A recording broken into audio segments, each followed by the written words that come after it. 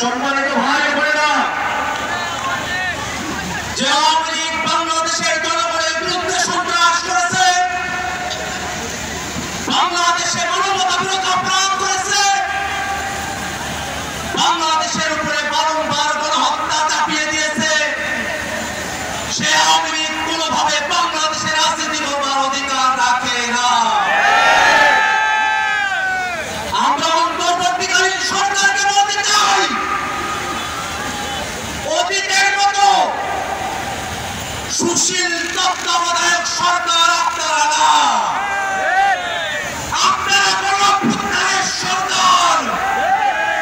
গণঅভ্যুত্থানের mandate দিয়ে যারা উপদেষ্টা হয়েছেন তাদের কাছে প্রশ্ন, যে আওয়ামী লীগ বাংলাদেশে গণহত্যা করেছে, সে আওয়ামী লীগের বিরুদ্ধে